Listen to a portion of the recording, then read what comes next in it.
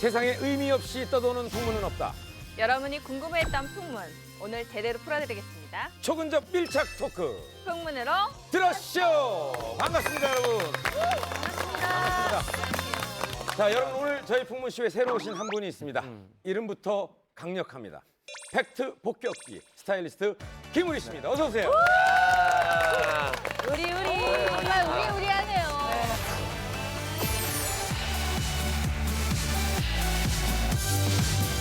사실 연예인과 가장 밀접했기 때문에 가장 얘기를 많이 안다고 해도 과언이 아닐 정도인데 우리 김우리 씨 하면은 굉장히 유명하신 분들하고 작업을 많이 하셨잖아요. 어떤 분들하고 작업을 하셨죠? 한은정 씨는 얘기 안 하네요. 한은정 씨랑도 네, 작업을 저하고 이은지 했었고, 그리고 뭐 한예슬 씨, 진짜? 그리고 뭐 신화, 핑클부터 뭐 하석진, 박형식, 아니 뭐 이름 안 하죠. 굉장히 많이 하셨잖아요. 네. 시작하기 전에 그 수많은 스타들의 그 스토리 하나만 더 터트려 줄 거 있으신가요? 한은정 씨를 좀 먼저 해드릴까요? 하시네요. 한은정 씨가 어렸을 때는 신인 때는 진짜 더 예뻤었어요. 지금 세월이 지나면서 이제 많이 늙은 거죠. 진짜 폭격. 야, 진짜 폭격기 많네요. 네. 다 우리가 뭐 마음속으로 갖고 있었던 얘기들인가요? 그러니까요. 아니 저는 한 회를 하고 가더라도 네. 제대로 폭격을 하고 여기 되게 몸들 많이 사리시더라고요. 저는 이제 뭐 살 만큼 살고 여기서 활동할 만큼 했으니까 네. 이제 뭐 내려놓는 방송으로. 아니 이상민 씨하고 한은정 씨 눈이 흔들리세요. 동공지 흔들리니까. 자, 폭로라고 하니까 정말 기대가 됩니다. 사실 여러분도 방송하시면서 지인들과의 관련된 내용 종종 폭로들을 좀 하시죠. 뭐 직업이니까. 그렇죠. 그래요? 결국은 사실 제일 잘못된 폭로가 MSG를 좀 첨가하는 폭로. 그러니까 재미 위주. 아닌 사실 좀 이렇게 조금 좀 자기가 재밌게 보이려고 막 조금 첨가해서 상대에게 없는 양념, 걸 살짝 양념. 얹어서 하는 이런 폭로가 제일 잘못된 폭로죠. 네. 최근 논란이 된 폭로전이라고 하면 아마 이 사건을 떠올리지 않을까 싶습니다. 최순실 게이트 폭로는 끝나지 않았답니다. 차은택 씨가 폭로한 건데요. 고영태 씨와 최순실 씨의 그 관계가 내연 관계일 가능성이 많다. 저는 고영태 씨랑 알던 사이였어요. 베스가운을 입고 같이 하진 않죠. 연예계 폭로전입니다. 한 커뮤니티 사이트에 자신과 사귀었던 연예인 10명의 사생활을 폭로하겠다. 상의를 탈의한 사진을 올려요. 어머. 저희 이제 모자이크 없이 올렸죠, 당연히. 폭로가 이어지는데요. 연예계 홍상납 스폰서를 제안받았다. 시간당 400만 원을 줄 테니 같이 합류하자. 저한테도 나왔다니까요. 어떤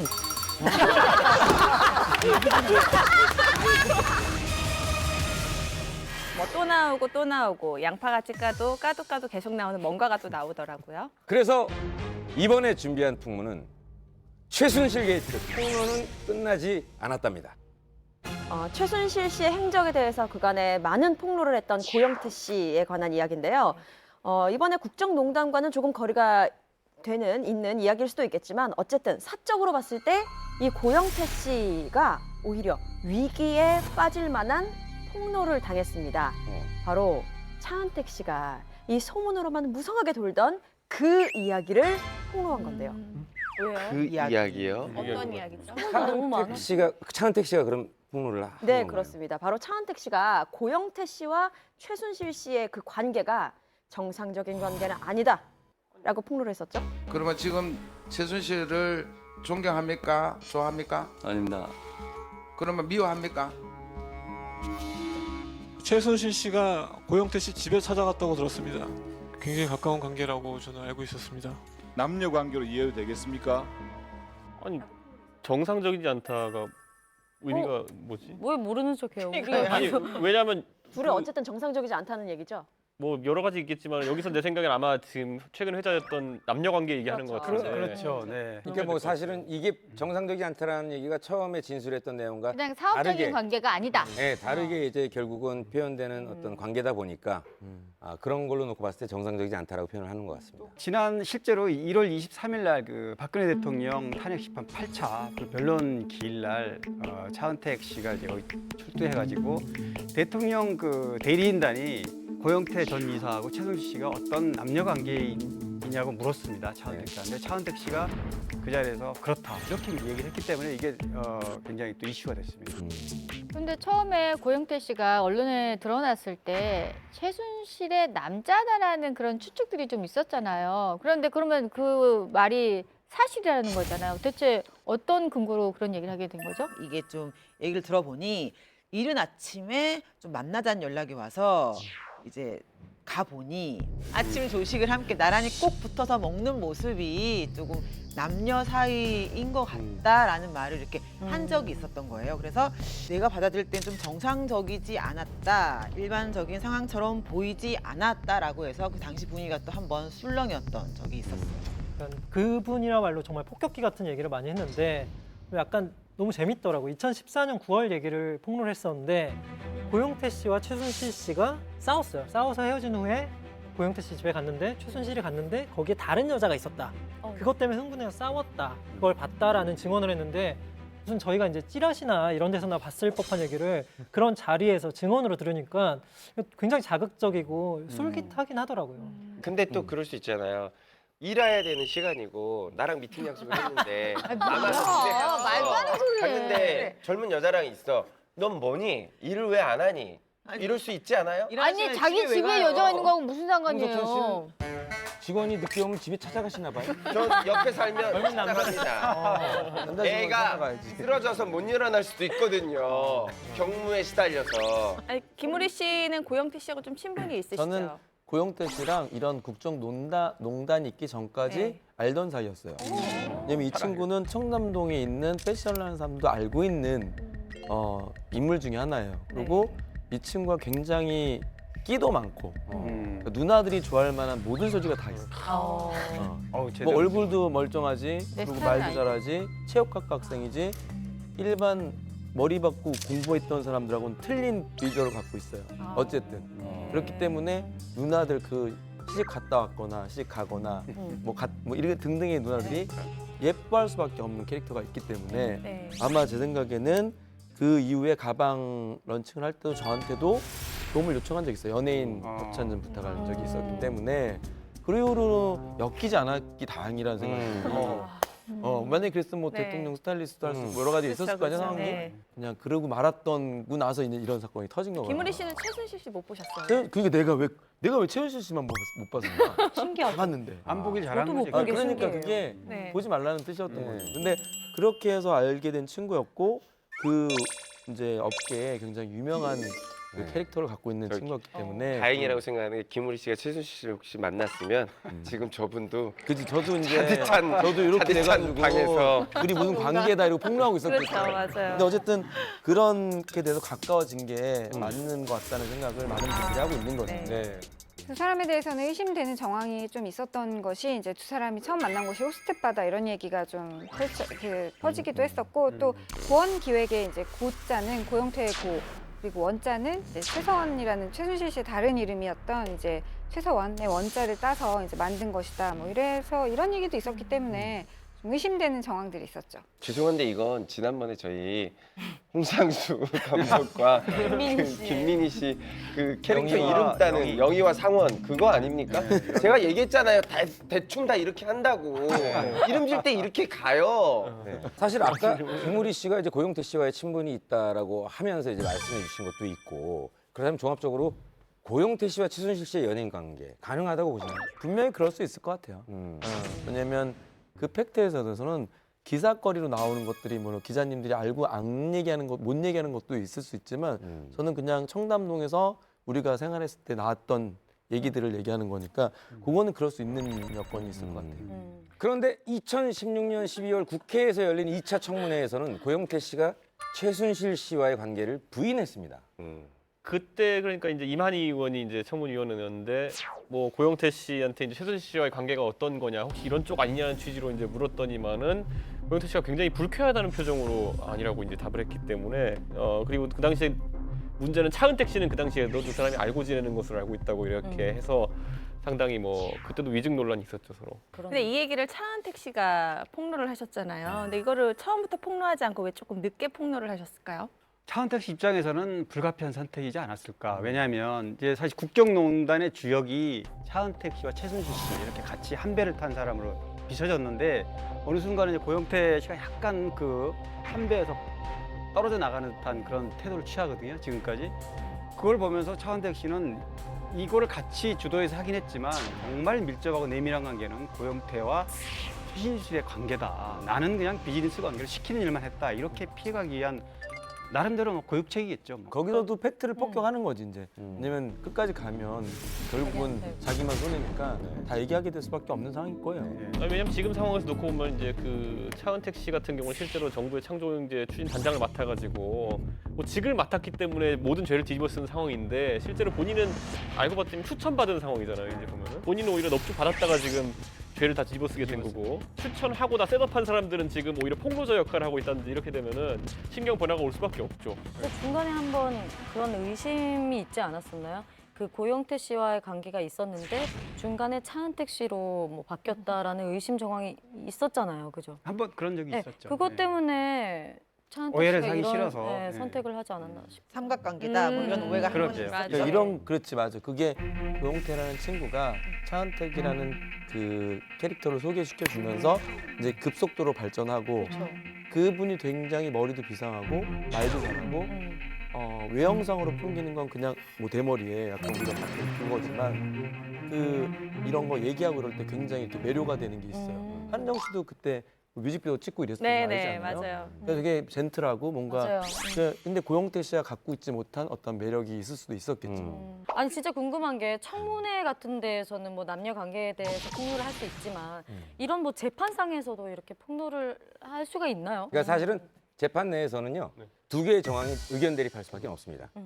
맞다 아니다. 어떤 정황이 맞냐에 따라서 죄가 주어지는 사람 또한 달라지고 형벌마저 달라져요. 그래서 사실은 주가 차은택이냐 아니면 최순실이냐 그 사이에 차은택은 누구에 의해서 소개를 받은 사람이냐 아니면 최순실과 함께 공동으로 이걸 펼쳐나간 사람이냐 이런 거에 따라서 형벌이 굉장히 많이 틀려지기 때문에 나올 수밖에 없죠.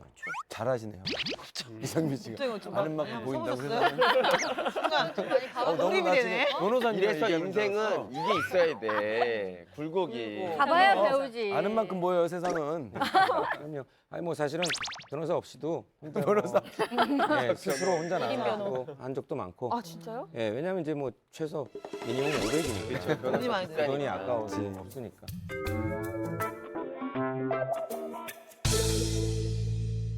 그런데 차은택 씨뿐만 아니라 또 다른 사람이 고영태 씨를 폭로했다고요. 네, 일명 고영태 녹취록이 폭로가 되면서 또 한 번 술렁였죠. 김수현 전 고원기획 대표의 녹음 파일이 등장하면서 이 탄핵 정국에 새로운 변수가 생기는 거 아닐까라고 일각에서의 추측이 나왔습니다. 총 2,391개의 파일이라고 합니다. 대체 어떤 내용들이 들어있는 거죠? 지난달 20일 날 그 최순실 공판 14차 공판에서 이제 나온 얘기인데요. 2,391개 파일이 이제 다 확보가 되고 일부 공개됐습니다. 이 파일 중에 보면 양측 주장이 좀 확연하게 다른데 일단 최순실 측 주장은 뭐냐면 고영태 씨의 지인하고 그다음에 김수현 씨 이 파일을 공개했던 장본인이죠. 이쪽에서는 최순실 씨의 영향력을 알고 고영태 씨에게 뭔가 좀 이렇게 기대서 이익을 좀 얻으려고 했다. 이게 이제 최순실 측의 주장이고요. 검찰 측은 좀 다릅니다. 일단 5대 거점 사업, 그러니까 체육 사업이죠. 최 씨가 지시를 해서 고영태 씨에게 이루어진 거, 지뤄졌느냐. 어쨌든 과정은 뭐 복잡하지만 결국에는 그 몸통은 최 씨라는 거를 검찰 측에서는 주장을 했습니다. 결국 이 녹취록이 공개되고 나서 이제 최순실 측과 또 대통령 대리인단 측에서는 이제 이게 결국 고영태 국정농단이다 뭐 이런 주장을 하기도 했었죠. 그 이 녹취록이 의미가 있는 건 뭐냐면 고영택 씨의 위치가 공익 제보자이냐 아니면 사익을 위해 가지고 본인이 기획 폭로를 한 것이냐 이 두 개에 따라가 재판정에서 굉장히 이 진술의 신빙성이나 아니면 증거 능력 자체가 영향받을 수 있기 때문에 이걸 집요하게 이제 최순실 씨 측에서 물건으로 이주는 거죠. 고영택 씨가 아주 순수한 마음으로 내가 조금 잘못하고 살다가 이제 개과천선하려고 다 내가 얘기해줄게 이런 상황이 아니라는 식으로 이제 최순실 씨는 엮어가려고 하는 거죠. 또 그 틈을 이용해서 최순실 씨 측에서는 고영태와 그 측근이 모의해서 K스포츠 재단을 장악하려고 했고 이 모든 것을 최순실에게 뒤집어 씌우려고 했다라고 주장을 하고 있고요. 하지만 검찰 측에서 보는 입장은 조금 다른 것 같아요. 고영태가 그렇게 작당할 만한 능력이 못 되는 사람이다라고 이렇게 자존심 상해. 무시- 자존심 상해. 아니 근데 지금 하은정 기자님처럼 주변의 흐름의 얘기가 다 그래요. 그 같이 활동했던 친구들 얘기가 형 알지? 뭐 걔 그럴 위인인데 이런 그런 게 있었어요. 그래서 오히려 이것이 좀 어떻게 보면 최순실 씨 혐의가 뭐 입증되는 증거로도 볼 수 있다. 뭐 이런 얘기들이 많아요 지금. 그런데 여기서 이제 그 표지를 몇 가지 맞춰보면 결국 고영태 씨가 그 김수현 씨랑 얘기하고 이런 것들 내용 중에 보면은 이거 다 우리가 이제 가질 수 있다라는 취지로 이제 이야기를 하고 그 결국엔 이 사건 처음에 발단부터의 폭로자 역할을 했던 사람이 고영태 씨다 보니까 기획 폭로다라는 이걸로 엮기 위해 가지고 이제 하는 건데 검찰에서는 지금 여기에 대해서 판단을 내리기로 고영태 씨가 그런 짓 할 사람이 못 된다라고 이제 하는데 사실 이 말도 그런데 법률적으로는 크게 의미는 없는 말이에요. 예, 그러니까 이거는 지금 검찰도 그러니까 어느 정도 방향성 가지고 있는 게 검찰 입장에서도 이게 흔들리면은 최순실 씨나 아니면 대통령에 대한 혐의가 굉장히 줄어든 효과를 갖게 되는 거거든요. 근데 지금 이 정치 상황 속에서 검찰도 상당한 부담을 가지는 그런 분산이기 때문에 이거 법원 가면은 이것 때문에 또 약간 어느 정도의 변화가 있을 수 있는 건 사실입니다. 그런데 측근들의 폭로뿐만 아니라 실질적인 내부자들 사이에서도 폭로가 계속되고 있다면서요. 네, 그렇습니다. 이 사람이 내부자들에 속할지 저도 몰랐었는데 지난 2월 17일이었죠. 최순실 장시호 관련 그 3차 공판에서 전 스피드스케이팅 국가대표 선수였죠. 이규혁 씨가 폭로를 합니다. 폭로의 내용은 바로 장시호 씨와 김동성 씨가 한때 연인 관계였다라는 내용이었어요. 또 김동성 씨 주장입니다. 김동성 씨는 대학교 1학년 때 장시호 씨 잠깐 알고 지냈다가 그 다음에 결혼한 이후에는 끊겼다. 그리고 나서 2년 전에 2015년에 SNS로 연결이 돼서 뭐 알게 됐다. 그 외에는 아무것도 없다. 이렇게 얘기하는데 사실 이 최순실 게이트가 터지고 나서 장시호 씨 옛날 이 방송계에서 알려진 장유진이죠.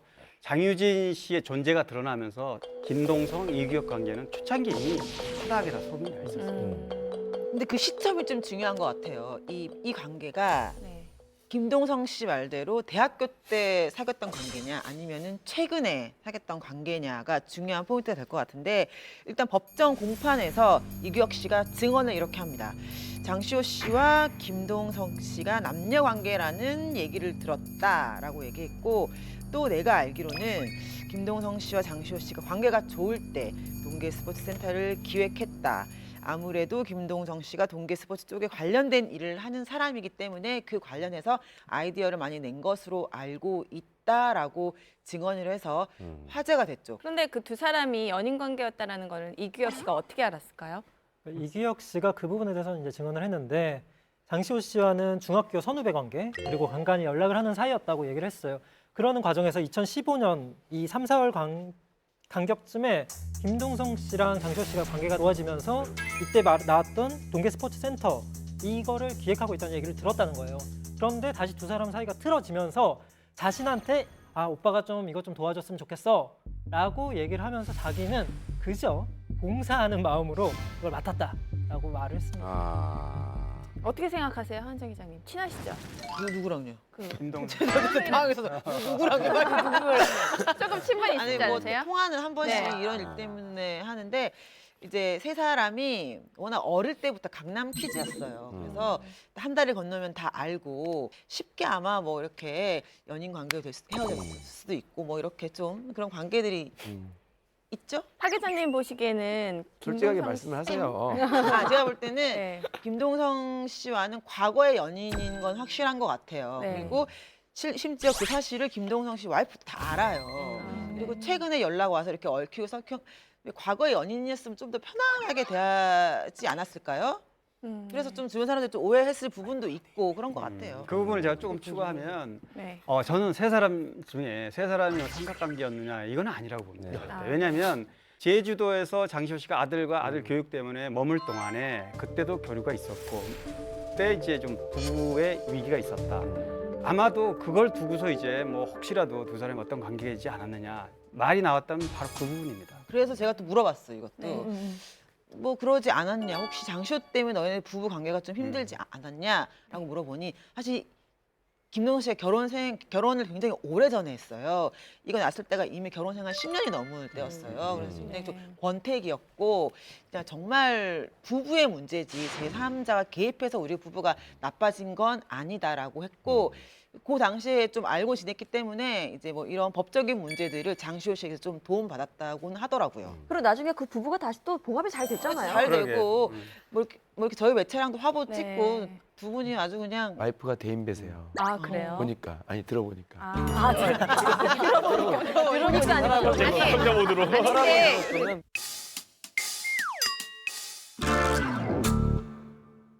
아니 그런데 이규혁 씨가 공판에서 두 사람이 내연 관계였다라고 얘기한 이유가 있나요? 아까 같은 상황일 것 같은데요. 차은택 씨처럼 이규혁 씨 또한 의심을 받았기 자기한테. 때문에 본인이 좀 벗어나기 위해서 그 둘의 관계를 폭로했었을 것 같은데. 이규혁 선수가 이제 동계 스포츠 연재 센터장을 맡은 것에 대해 가지고 우리가 해석할 수 있는 방향성이 두 가지가 있잖아요. 첫째는 스포츠 영웅이기 때문에 맡았을 것이다. 한 가지는 연인이기 때문에 맡았을 것이다. 아니면 또 어떤 내연 관계이기 때문에 맡았을 것이다. 두 가지잖아요. 그런데 여기서 본인이 이제 내연 관계가 아닌 문제 증명하기 위해서는 다른 사람이랑 내연 관계였다는 이야기를 해야지 그쪽 주장의 신빙성이 떨어지는 것이고, 왜냐하면 이규혁 씨는 이쪽 주장으로 가도 스포츠 영웅이기 때문에 할만해요. 동계 스포츠 센터장을. 그렇기 때문에 이쪽을 배제시키기 위해서 이런 얘기를 하는 거죠. 하지만 알고 보니까 이규혁 씨가 센터가 세워질 때부터 이미 상당 부분 관여를 했다는 사실이 밝혀집니다. 네. 그리고 예전에도 한번 풍무쇼에서 말씀드린 적이 있는데 이규혁 씨가 장시호 씨의 아들을 스키 지도를 했다는 게 또 나왔었잖아요.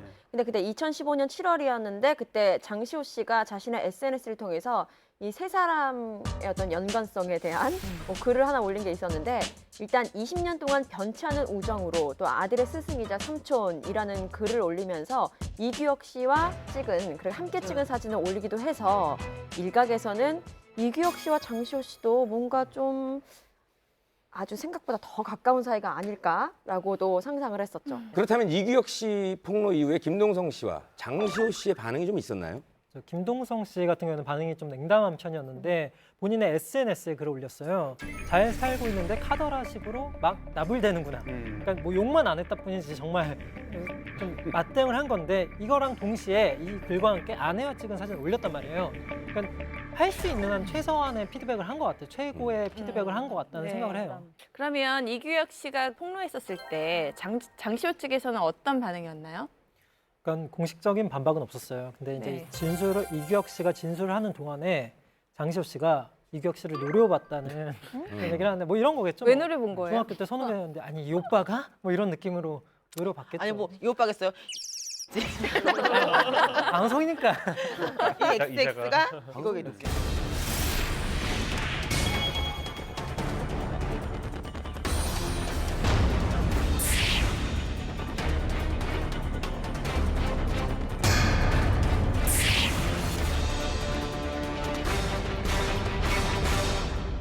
최순실 씨의 조카인 장시호 씨도 어떻게 보면 최순실 씨의 폭로를 맞아요. 하고 있는 마당에 사실은 뭐 이규혁 씨든 김동성 씨든 그 누구가 폭로를 지금 뭐 안 할 수 있겠습니까? 최순실이라는 교집합 인물에서 빠져나와야 되는 재판이기 때문에 최대한 자기가 갖고 있는 그 내용 중에서 자기가 유리하게 어떻게든 폭로를 할 수밖에 없겠죠. 맞아요. 그리고 지금 이 상황에서 보면은 결국에는 그 장시호 씨 같은 경우에는 가장 지금 쟁점이 되고 있던 태블 PC 같은 것도 그냥 갖다 줬잖아요, 경찰에다가. 그 정도로 이 넙죽넙죽 갖다 주는 분위기라고 한다면은 본인과 관련돼서 가장 큰 혐의는 지금 동계스포츠 영재센터거든요. 거기에 대해서는 뭐든지 자신에게 유리한 형태로 이미 제출할 가능성이 있다는 거죠. 그랬을 때 그 가장 큰 피해자는 이규혁 씨이기 때문에 어쩔 수 없는 거예요. 네, 말씀하신 것처럼 이 장시호 씨 같은 경우에는 최순실 씨의 그 첫 번째 태블릿 PC 말고도 두 번째 또 다른 PC가 있다라고 공개를 하면서 직접 그 두 번째 태블릿 PC를 제출하기도 했었고 또 각종 서류와 비밀 문서가 담겨 있는 빨간 금고가 있다라고까지 폭로를 한 바 있습니다. 심지어 차필 진술서에 더 스포츠의 숨은 주인 같은 경우에는 최순실 씨였다라는 진술을 하고요. 조직도까지 도표를 그려가면서 실제로 이렇게 되어 있습니다 설명했다고 하니까 이게 진짜 거의 자동문인 거죠. 이제 다 나오는 그런 상황인 거죠 지금. 장시호 씨가 한 방송에 서면으로 인터뷰에 응한 적이 있어요. 그때 왜 너는 이렇게 폭로를 하느냐라고 물어봤을 때 더 이상 거짓말을 하는 게 의미가 없었다. 왜냐면은 암 말기인 엄마와 하나뿐인 아들을 생각하라는 검사의 말에 흔들렸다라는 또 얘기를 했어요. 이번에 장시호 씨가 이제 특검이라든가 조사받는 과정을 쭉 보면 애초에 생각했던 장시호 씨하고는 다르게 굉장히 살갑고 굉장히 부침성이 있고 누구한테나 인사 잘하고 뭐 이렇게 오죽하면 특검에서 아이스크림을 얻어먹을 정도가 됐겠습니까? 그러니까 아니 사다 줬다고 검사가. 이게 알려진 게 더 신기해요. 그러니까 저는 그럼 뭐 진짜 국정농단 또는 이렇게 많이 해먹는 소위 그럴 만한 정도의 담력이나 이런 게 있는 분 그런 거는 아니었다라는 아닌 것 생각을 하게 같아요. 되더라고요. 먹다가 남은 아이스크림을 냉장고에 넣어놨다는 말이 난 너무 웃긴 거예요. 죄송하지만 도너츠가 먹다 남은 아이스크림을 넣어놓고 나중에 와서 또 먹겠다고 그랬다는 거예요. 그게 너무 재밌는 거죠. 워낙에 장시호 씨의 성격이 굉장히 부침성이 좋다고 그렇게 소문이 나 있어요. 그래서 심지어 이제 청담동 압구정동에 계신 이제 장시호 씨 지인분들 제가 얼마 전에 만났는데 그분들 얘기로는 걔는 성격이 너무 부침성이 좋아서 그 교도소에서 있으면서도 그쪽 방 안에 있는 사람들 다 본인이 친구 만들 사람이라고 그렇게 부침성이 맞아요. 좋다고 하더라고요. 그래서 그게 매력이래요. 네, 그게 남자가 매력이래요. 볼 때 그게 매력이래요. 네. 뭐 조그만 술집에 가면은 우리 여자들은 그냥 술 시킬 때 뭐 이모 소주 이렇게 시키는데 뭐 이모 이렇게 바로 이렇게 하고 매력으로 와닿는. 이 얘기에서 딱 이해됐어. 이게 진짜. 사진으로 보면요. 처음에 이렇게 국정농단 막 나올 때쯤에 최순실이 아니라 진짜 실세는 장시호 장시호다. 막 하면서 그랬죠. 사진이 네. 눈동그랗고 찍은 사진 있잖아요. 그럴 때마다 좀 뭔가 있어 보이고 세 보이고 그런 캐릭터였는데 지금 나오면요. 그 법정에서 이런 사진 있잖아요. 그런 게 보니까 사진에 따라서 그 사람이 어떻게 달라 보이는 게 그 있더라고요. 청문회 나서 그거 한 다음부터 이미지가 확 바뀌어 버렸어요. 그 내가 정말 밉죠 했을 때. 맞아요. 네. 제가 미우시죠? 네. 이모를 잘못 만난 운명이라고 생각하십시오. 네. 개인적으로 저를 미워하지는 마십시오. 꼭 뵙고 싶었습니다. 어쨌든 아직 재판이 끝나진 않았습니다. 어떻게 결론이 날지 모르겠지만 측근들의 폭로는 계속될 것이고 또 그 재판 안에서의 여러 피해자들이 또 누군가는 나오지 않을까 싶은 생각이 드네요. 연예계를 발칵 뒤흔든 생활 폭로전도 가수 이루 씨의 이야기인데요. 한 여성이 글을 올리면서 시작이 됩니다. 이루 씨와의 만남을 알게 된 태진아 씨가 폭언과 모욕을 낙태를 타독했다는 건데 글을 올린 사람이 바로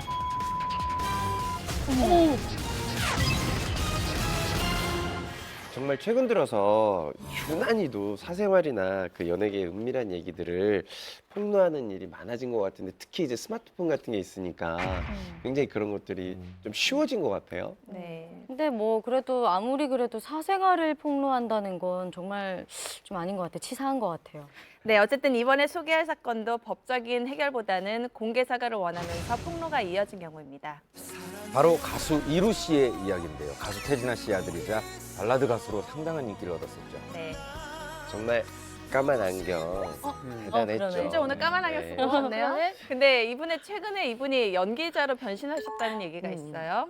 네, 지금 M본부 주말 드라마죠. 그러니까 당신은 너무합니다. 여기 안에서 분명인 조성현이라는 이름으로 극중에서 그룹의 후계자로 이제 인정받고 있는 그런 역할이고 극중 배우인 정겨운 씨와 갈등을 빚는 인물로 그러니까 연기력을 주목받고 있죠. 네. 근데 이런 이루 씨가 폭로전의 주인공이 됐다고 하는데 어떤 내용인가요? 이루 씨와 한번 사석에서 모임을 갖다가 이 얘기가 한번 나왔었는데 살면서 이 연예계 생활을 하면서 가장 힘들었던 일이었다라고 굉장히 조금 무겁게 이야기를 한 적이 있었는데요. 기나긴 폭로였습니다. 그 폭로 사건의 시작은 7년 전으로 거슬러 올라가는데요. 지난 2010년 8월 27일 한 커뮤니티 사이트에 한 여성이 공개 사과를 요구하는 글을 올리면서 시작이 됩니다. 그 게시글에 따르면 가수 이루가 종로구청에서 군복무를 하고 있을 때 나와 연인 사이였다. 근데 태진아 씨가 자신과 이루와의 헤어지는 과정을 리드했다라는 내용이었죠. 충격적인 내용은 근데 여기서 그치지 않는데요. 결별 과정에서 태진아 씨로부터 폭언과 모욕을 당했으며 태진아 씨가 자신도 모르게 자신의 어머니에게 300만 원을 줬다라고 주장을 합니다. 또 그렇기 때문에 이 여성은 태진아 씨와 이루 씨에게 공개 사과를 요구하는데요. 이 사건 때문에, 이 글 때문에 정말 엄청난 연예계 이슈로 떠올랐고 모든 보도는 정말 이분들의 이야기로 장식이 됐었죠. 네, 저도 사실 처음에 이 사건을 들었을 때 이런 일이 왜 일어날 수 있지라는 생각이 들더라고요. 그런데 그 글을 쓴 상대를 듣고 보니 더 이해가 가질 않았습니다. 그렇죠. 그냥 평범한 일반 여성이 아니고 뭔가 개연성이 있는 걸로 이제 드러났기 때문이죠. 그래서 화제가 됐던 거는 이 글을 올린 사람이 바로 작사가 최희진 씨였다는 것 때문에 아, 이거 뭔가 있다. 이렇게 사람들이 이제 관심을 갖게 된 겁니다. 최희진 씨가 누구예요? 뭐 맨 처음에 보도가 시작될 때 우리도 최희진이 누구냐라고 네. 해서 이제 히트 작사가다 해서 어떤 곡을 썼는지 봤는데 어쨌건 쟁쟁한 분들하고 하긴 했어요. 유승준, 장나라, 조성모, 핑클, 먼데이 키즈. 그러니까 하지만 이제 곡을 들어보면 알만한 곡이라고 했을 때는 임창정의 슬픈 혼잣말, 그 드라마 OST였죠. 가을 동화 OST 정일영 씨의 기도 요 두 곡 정도가 가장 내세울 만한 곡이었고 이루 씨와의 인연을 이제 따지다 보면 1집에서 미안해라는 곡의 작사가로 참여했었죠. 전 처음에 이 사건 들었을 때 설마 아니겠지라고 해서 보니까 진짜 맞더라는 거죠. 정말 그 당시에는 유명한 작사가였기 때문에 굉장히 큰 파장이 있었어요. 네, 최희진 씨가 자신의 글이 이젠 화제가 되니까 한 언론과 인터뷰를 진행을 합니다. 이 인터뷰를 통해서 이야기한 걸 좀 보면 이루 씨와 만난 것은 이루 씨가 데뷔하기 전인 2005년에 가수와 작사가로 만나게 됐는데 10살 정도 차이가 나지만 이루 씨가 먼저 고백을 해서 그래서 사귀게 됐다라고 이야기를 했는데 하지만 이 이루 씨와의 만남을 알게 된 태진아 씨가 2008년 연말부터 자신을 찾아와서 최희진 씨를 찾아가서 이루와 만나지 말라며 가요계에서 작사가로서 매장시키겠다라는 폭언과 협박을 일삼았다라고 주장을 합니다. 이 일로 인해서 이 최희진 씨는 굉장히 극심한 스트레스를 받았다고 주장을 하면서 우울증까지 걸렸다라고 또 이야기를 하는데요. 이렇게 힘든 시간을 보냈기 때문에 태진아 씨와 이루 씨, 이 두 부자는 미안하다는 말, 이 사과 꼭 해야 한다. 이 사과를 받고 싶다라고 이야기를 했죠. 태진아 씨와 이루 씨 측은 최희진 씨 폭로에 어떤 반응을 보였나요? 많은 분들이 지금도 아마 기억하고 계실 텐데 태진아 씨가 한 방송 매체와 인터뷰를 진행을 했었어요. 이 인터뷰를 통해서 최희진 씨의 주장에 대해서 강하게 반박을 합니다. 이루 씨와 최희진 씨, 과거에 연인 사이임은 맞지만 최희진 씨가 오히려 교제 사실을 빌미로 해서 1년 동안 태진아 씨와 이루 씨에게 협박을 해왔다고 주장을 하는데요. 최희진 씨가 이루 씨와 사귄 지 얼마 되지 않았을 때에 1억 원을 달라고 했다고 하고요. 돈을 안 내놓으면 기자회견을 하겠다라고 협박을 했다라고 태진아 씨가 주장을 합니다. 또 하나의 이제 논란거리였던 그 300만 원의 이야기에 대해서도 얘기를 했는데 최희진 씨한테 300만 원을 건넨 거에 대해서는 이루와의 이별로 인해서 극심한 우울증에 시달리고 있다 해서 정신과 치료비 명목으로 그 300만 원을 건넸다라는 입장을 밝혔습니다. 그리고 9월 5일에 또다시 그녀는 연예계를 뒤흔들 두 번째 폭로를 하게 되죠. 사실 충격적입니다. 왜냐하면 내용 자체가 이루와 같이 어울렸고 연인 사이로 지냈다. 그리고 이루의 아이를 대했다. 이렇게 이제 주장하고 나섰기 때문에. 야, 이게 뭐 정말 감당이 안 될 만한 어떤 상황이 일어난 거네요. 그렇죠. 네. 그런 충격적인 그런 이제 주장을 하고 나서 이제 정말 연예계가 발칵 화제가 되는 그런 상황이 됐는데 놀라운 사실은 이제 낙태를 하게 된 계기는 바로 태진아 씨, 이루의 아버지 태진아 씨가 자신을 찾아와가지고 자기가 그 아이를 임신한 태아 사진을 이제 태진아 씨하고 이루 씨한테 보냈다는 거죠. 그래서 태진아 씨 찾아와가지고 몸싸움을 벌이는 과정에 자연 유산이 돼버렸다 이런 주장을 한 겁니다. 아니 근데 유산을 했더라면 뭐 이런 사과나 그런 게 아니라 진짜 법적으로 처벌을 받을 수도 있는 상황이잖아요. 근데 아이를 임신한 사람을 사실상 막 이렇게 자꾸 흔들다가 막 때린다든가 이거는 쉬운 일이 아니에요. 그러니까 태진아 씨 같이 이제 연세도 있으시는 어르신이 임신한 여자를 갖다가 함부로 그렇게 할 것 같지는 않거든요. 말씀하셨다시피 전개 과정이 좀 약간 의아한 부분이 몇 가지가 있었어요. 근데 특히 이 부분에 대해서도 낙태 강요에 의해서는 이제 법적인 조치를 취하는 게 일반적인 대응 방식이라고 한다면 여기서는 그렇게 하지 않고 그 사과만을 바란다는 입장을 반복했거든요. 그러니까 그런 부분에서 약간 미심쩍은 부분이 있었던 거죠. 사실 낙태 강요나 폭력 행사라는 거는 법적으로 봤을 때 충분히 문제가 될 수 있는 일들이고 그리고 입증이 어느 정도 가능한 일들이에요. 왜냐하면 그 임신 사실이나 아니면 또 낙태 사실 같은 것들은 의료 기록으로 남길 수 있는 부분이기 때문에. 그런데 그렇게 가지 않고 이렇게 말로만 이렇게 오가고 꼭 소송이 아니더라도 그러면은 나중에 기자가 취재했을 때 그런 어떤 뭐 사실 증명이 될 만한 부분들을 공개하지 않은 게 좀 의심스러운 거죠. 근데 여자 입장에서는 어찌 보면 이렇게 감정적인 배신이 더 컸기 때문에 이렇게 진정이 담긴 사과 한마디가 당사자한테는 굉장히 중요할 수도 있거든요. 근데 그런 와중에 최희진 씨 주장이 사실이 아닐 수도 있다라는 정황이 드러나기 시작하는데요. 최혜진 씨 주장에 따르면은 뭐 뱃속 아이가 있는 상태에서 몸싸움을 해서 유산을 했던 시기가 2008년 12월인데 2009년 6월에 자신의 미니 홈피에 한 장의 사진을 올리는데 태진아 씨와 아주 다정한 모습으로 찍은 사진이 한 장 올라오게 됩니다.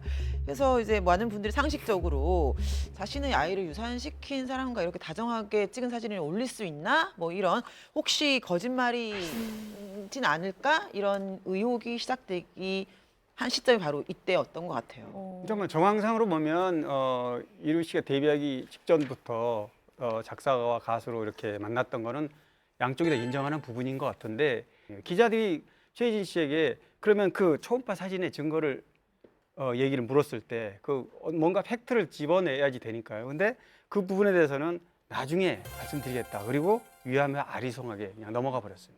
뭔가 좀 수상쩍네요. 그렇죠. 그 부분. 네. 뭐 이 정도의 정황들을 보면은 최혜진 씨의 폭로를 어디까지 믿어야 되나라는 생각이 드는데요. 그 최혜진 씨 행동을 보면은 점점 의문을 가질 수밖에 없을 것 같아요.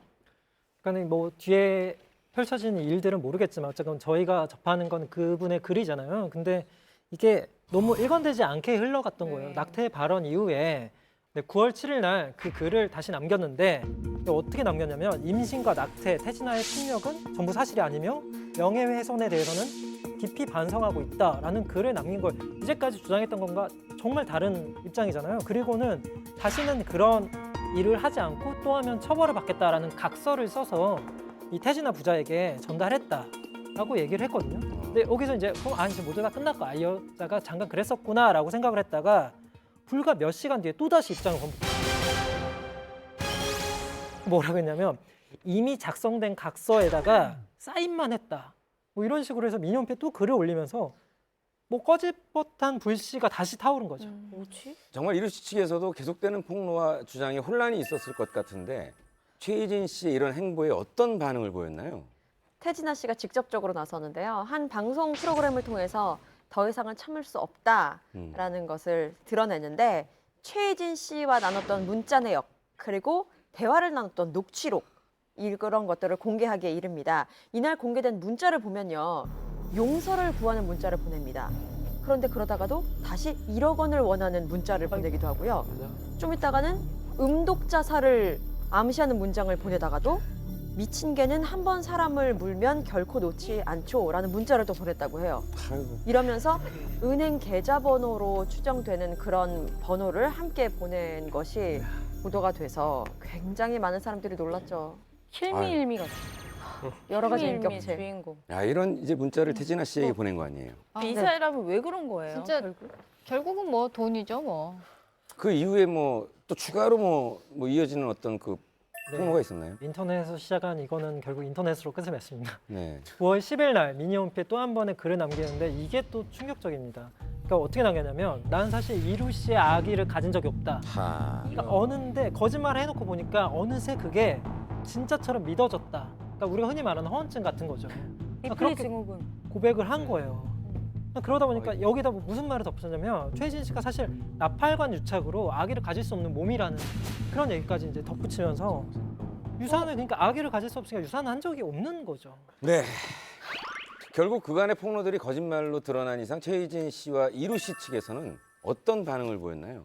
일단 뭐 최희진 씨가 내가 왜 그랬을까 정말 이루는 나한테 잘해주기만 했는데 지금 글을 쓰는 순간은 내가 도대체 뭘 했는지 모르겠다. 정말 후회하고 반성하는 듯한 그런 글을 그러니까 애초에 지금까지 쭉 써왔던 거에 완전 상반된 글을 후회하고 반성하는 글을 올렸습니다.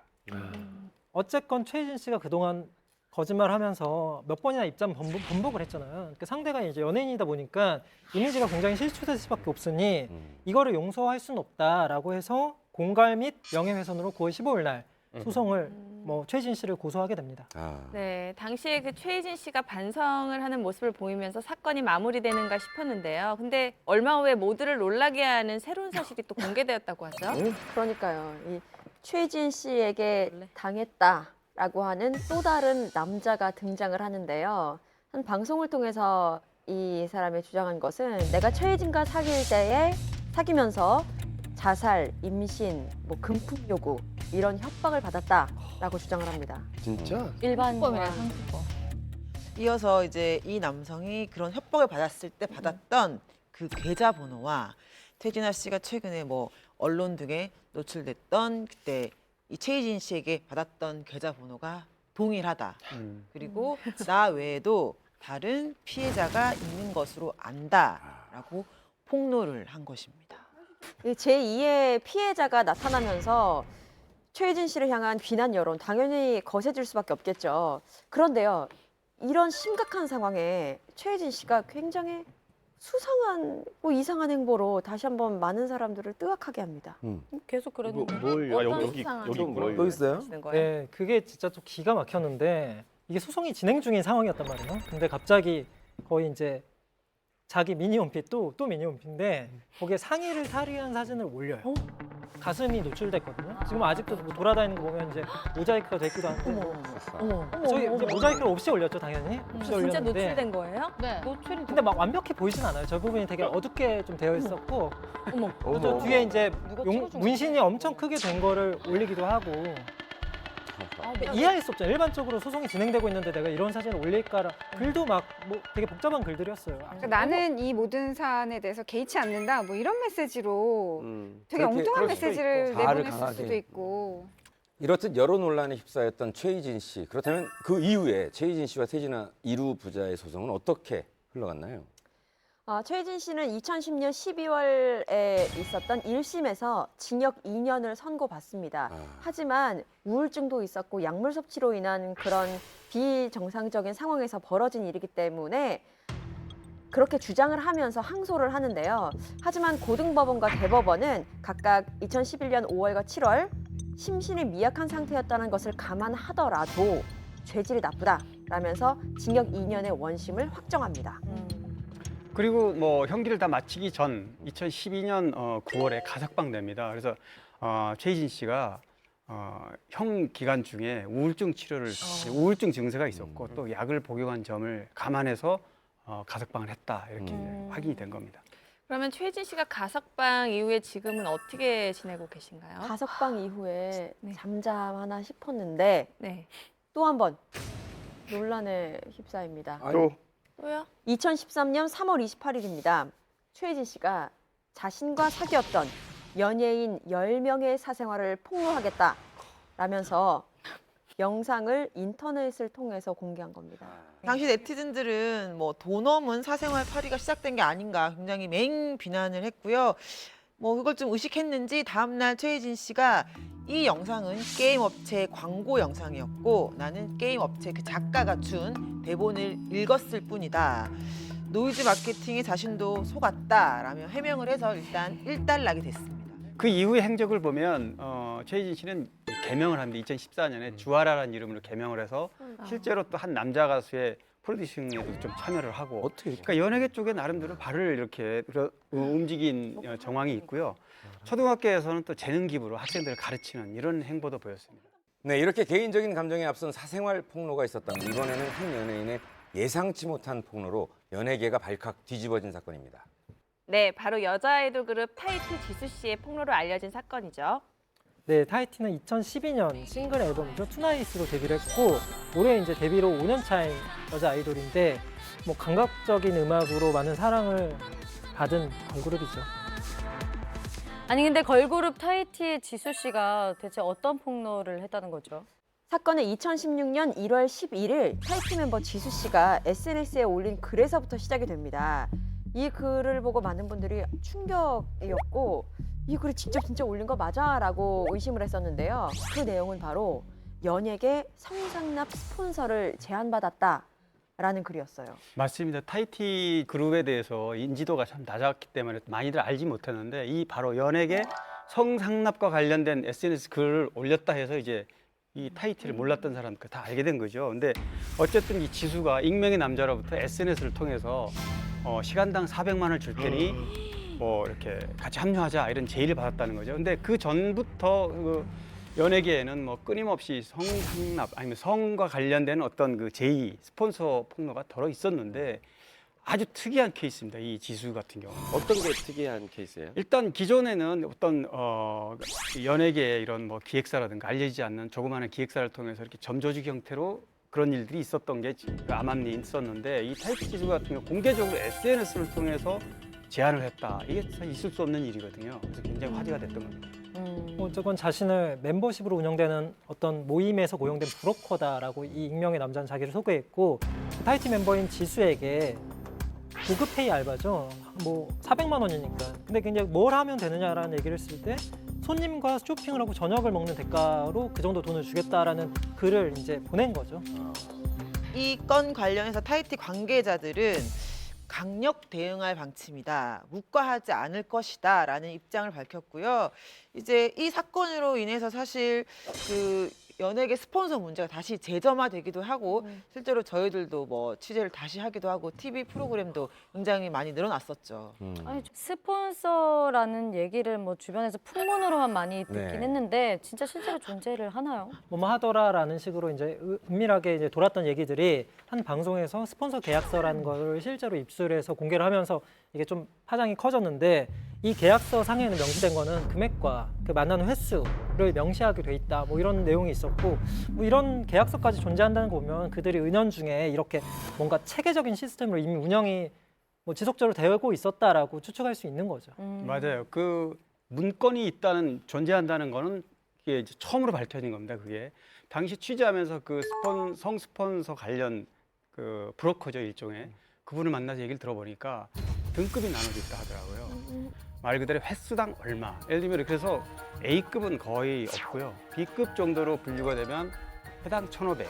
그럼 C급인 경우에는 300에서 500 정도다. 근데 이거는 회당으로 어떤 만남을 갖는 게 아니라 6개월이라든가 최소 3개월 단위로 패키지로. 아예 그게 계약서가 돼 있어요? 약간 편법으로. 그런 거죠, 브로커 기획사. 그럼요. 그렇지. 자기들끼리 이렇게 등급이 나뉘어졌다라는 얘기는 좀 약간 또 충격적이네요. 저는 브로커에게 스폰을 제안받은 사업가를 직접 만난 적이 있었는데 네. 그분이 말씀하시기를 그랬어요. 물론 이런 뭐 스폰 계약서라는 게 표준화될 리가 없죠. 그러다 보니까 조금씩은 포맷은 다르겠지만 편법으로. 네. 그렇죠. 일단 보면 급이라는 것이 뭐 연습생 그리고 어떤 뭐 그룹에서도 멤버들마다 급이 좀 다르게 나눠지기도 하고요. 작품에 따라서도 달라지고 배우 같은 경우 작품에 따라서 달라지기도 하고 굉장히 많은 등급이 있다는 거예요. 근데 제가 본 그분 같은 경우에는 굉장히 적게 뭐 한 번 만나는 데 있어서 뭐 2~30만 원부터 시작을 했다고 보면 굉장히 많은 단계들이 있었던 걸로 생각이 되고 또 계약서에 명시된 내용을 보면 아이를 가질 수 있잖아요. 그랬을 때는 국내가 아닌 해외에 가서 수술을 한다라는 명시된 글이 있었고 해외로 나갔을 때 비용 처리 부분에서는 어디까지 책임을 질 것인지 뭐 이런 부분까지도 디테일하다. 굉장히 디테일하게 있었다고 하더라고요. 아니 그러면 이렇게 브로커들은 중간에서 연결을 시켜주고 소개 비용을 따로 받는 건가요? 그러니까 뭐 그런 일을 담당하는 한 실장님에 따르면은 스폰을 연결해준 브로커 같은 경우는 건당 10에서 한 20% 수수료를 챙겨간다고 합니다. 글쎄 뭐 저는 사실 한 번도 들어본 적도 없고 본 적도 없어요. 제가 뭐 이런 유사한 사람의 어떤 제안을 받아본 적도 없고 그래서 진짜 우리 이쪽 업계에 이런 일들이 있나 싶은 생각을 가끔 다른 프로그램에서 이런 일들이 막 보도가 되고 그러면 저게 정말 가능한 일인가라는 생각이 들 정도로 뭐 여배우가 있었는데 예전에 누구 사업하는 회사 누군데 아는 오빠 같이 보자 그랬는데 오빠가 좀 같이 나가줘 이렇게 된 거예요. 그 자리에 내가 왜 어떻게 나가? 네 매니저 될 것 같아. 좀 개인적인 그것 때문에 괜히 오빠가 오빠라고 좀 나가주면 안 돼서 나갔더니 그 사람들은 어이없지 내가 나오니까. 그래서 이제 그러면서 얘기를 하다가 밥 다 먹고 눈치를 보는 상황이었던 거죠. 그래서 누구 씨 이렇게 해서 앞으로 좀 잘 저희 회사랑 뭐 좀 광고도 뭐 하고 그런가 보다 하고 나왔는데 갑자기 그 친구가 나오더니 전에 안에 좀 들어가 버렸더니 봉투를 자기한테 준 거 보라는 거야. 그랬더니 돈이 3,000만 원이 된 거야. 그래서 진짜 가가지고 죄송한데 뭘로 제 동생을 이렇게 보시고 하냐고 어이구. 매니저 역할을 해준 적이 있어요. 그러니까 근데 그걸 받고 그냥 놨으면 그쵸. 무슨 얘기를 어떻게 할 줄 알아요. 돈 받고 너 왜 딴소리 하냐 이럴 수 그러니까. 있는 거죠. 그런 경우도 많았어요. 정말 있어서는 안 되고 믿을 수 없는 일인데 그래 나도 이런 저- 일이 아니 저한테도 일어나요. 나한테 이러면 안 돼요? 아니 그게 아니고 이런 일이 없을 거라고만 생각해요. 아니 저한테도 그렇지 않아요. 나왔다니까요. 그러면 여러분들은 네? 설미 씨 저한테도 많이 와요.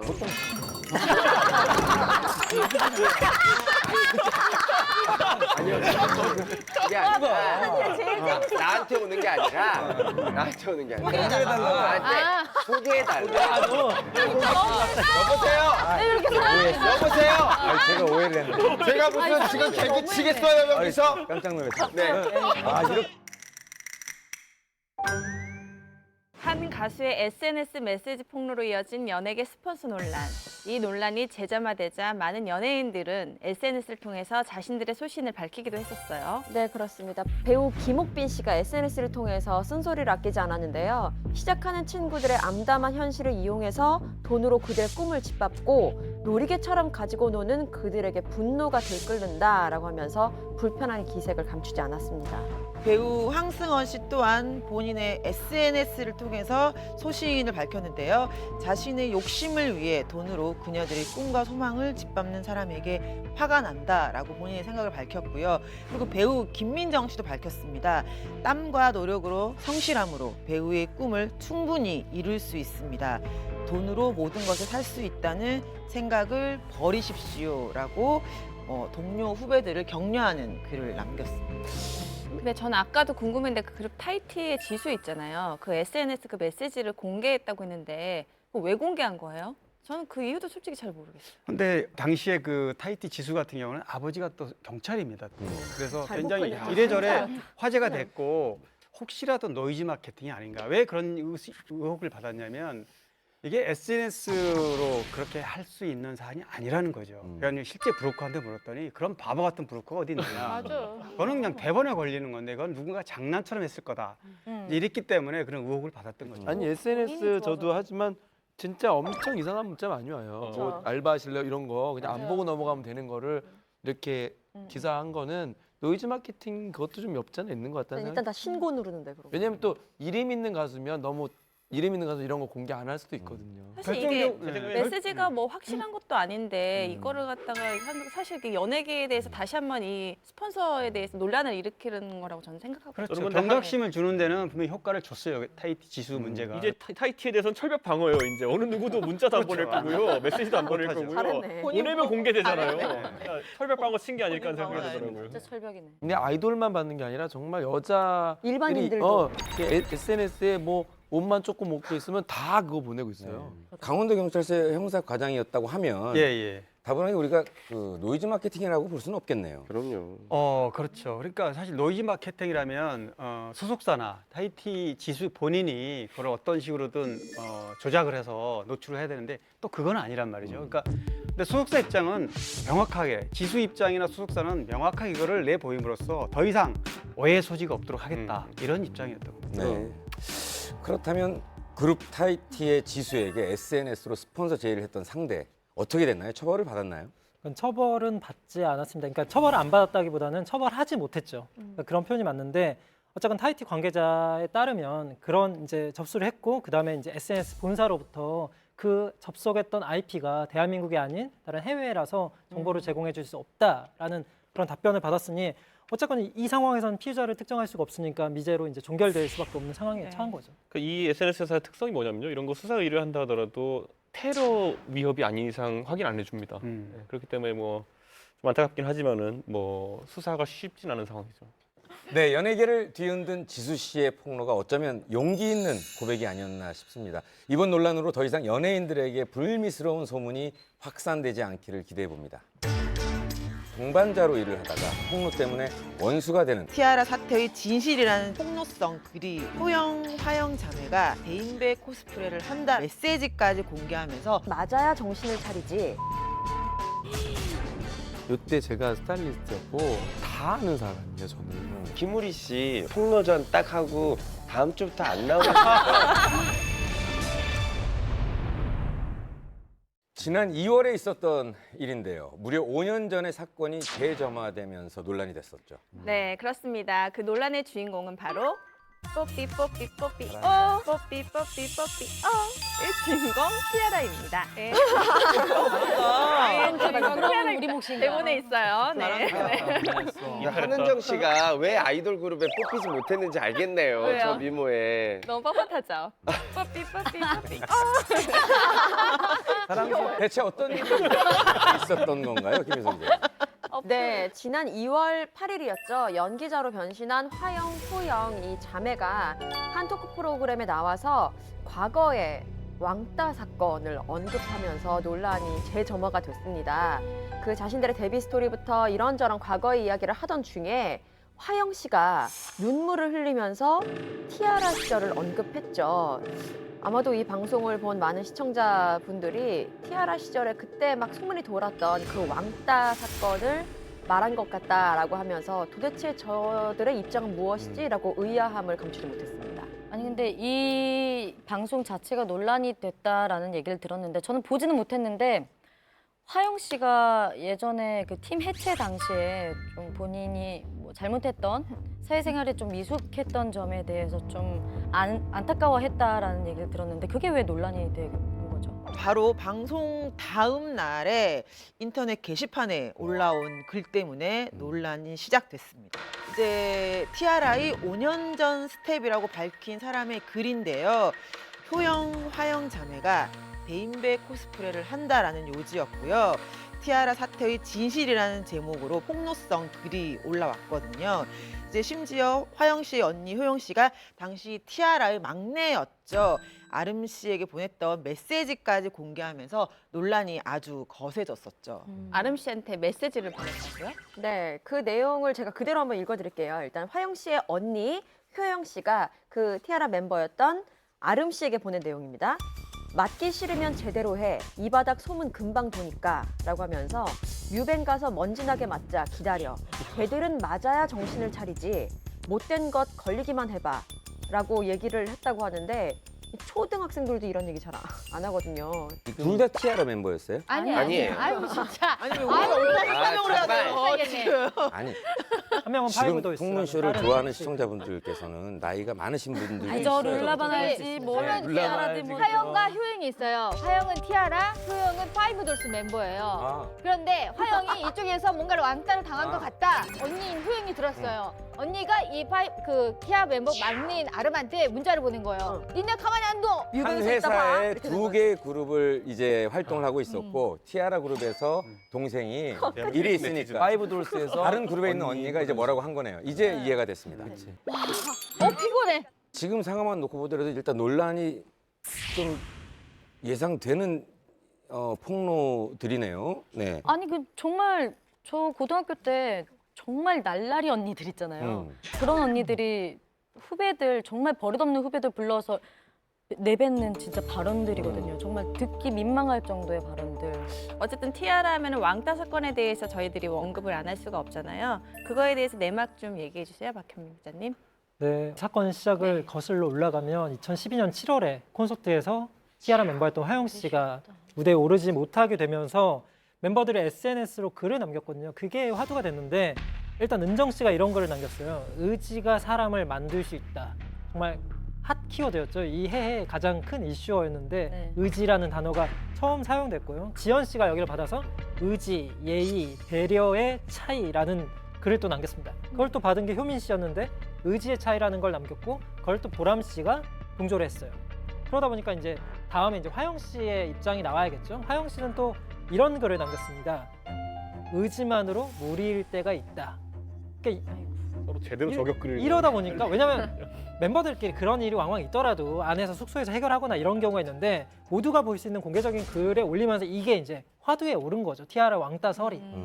사실 이게 참 컨트롤이 안 되지 않았을까라는 생각을 좀 해보게 되는 게 SNS로 남들이 다 볼 수 있는 상황에 이거를 주고받았다는 게 저는 좀 너무 안타깝다는 생각이 들고 결국 이제 의지의 차이 뭐 이런 거를 다 이제 주고받고 계속 싸우듯이 이렇게 했잖아요. 그래서 논란이 됐었고 결국은 화영 씨가 이제 공연에 대한 의지가 없다, 그리고 멤버에 대한 배려가 없다, 뭐 이런 걸로 이제 얘기가 해석이 된 건데 이것 때문에 아직까지도 이제 요즘 이제 뉴스가 뜨면 여전히 댓글 1위는 그래 의지의 차이 뭐 이렇게 여전히 이거 가지고 욕을 먹고 있더라고요. 그래서 참 이 비하인드를 알고 나면 참 안타까움도 좀 드네요. 이제 와서. 사실 뭐 이런 SNS 글들은 사실 저희들이 그냥 좀 해석하기 나름일 수도 있잖아요. 근데 이게 그 왕따설이랑 어떻게 직접적인 관련이 있다라는 걸 어느 부분에서 확신할 수 있는 거죠?